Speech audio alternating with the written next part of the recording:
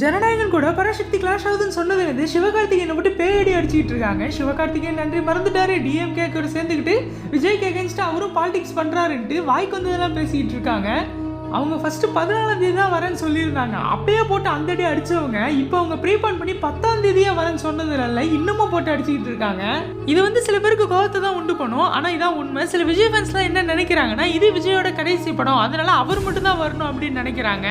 நீங்களே ஒரு விஷயம் யோசிச்சு பாருங்க, இது 10 நாள் கண்டினியூவா லீவ் தர ஒரு பொங்கல் ஹாலிடே, இந்த மாதிரி ஒரு மிகப்பெரிய ஹாலிடேவை எந்த ஒரு ஆக்டர் தான் விட்டு தருவாங்க? சிவகார்த்திகேயன் இல்ல, ரஜினி, அஜித் மாதிரி ஒரு மிகப்பெரிய ஆக்டர்ஸ் கூட விஜய் படம் வருதுன்னு தெரிஞ்சாலும் இவ்வளவு பெரிய ஹாலிடேவை விட்டு தர மாட்டாங்க.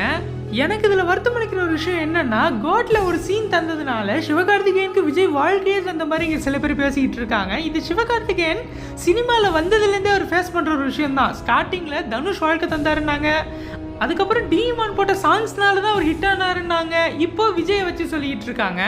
எனக்கு ஒரு விஷயம் புரியல, சிவகார்த்திகேயன் விஜய் கூட மோதுறதுனால எதனால இந்த அடி அவரை போட்டு அடிக்கிறாங்கன்ட்டு. முதல்ல பொங்கலுக்கு எத்தனை படம் வந்தாலும் எழுத்து நிற்கிறது விஜயோட படங்க.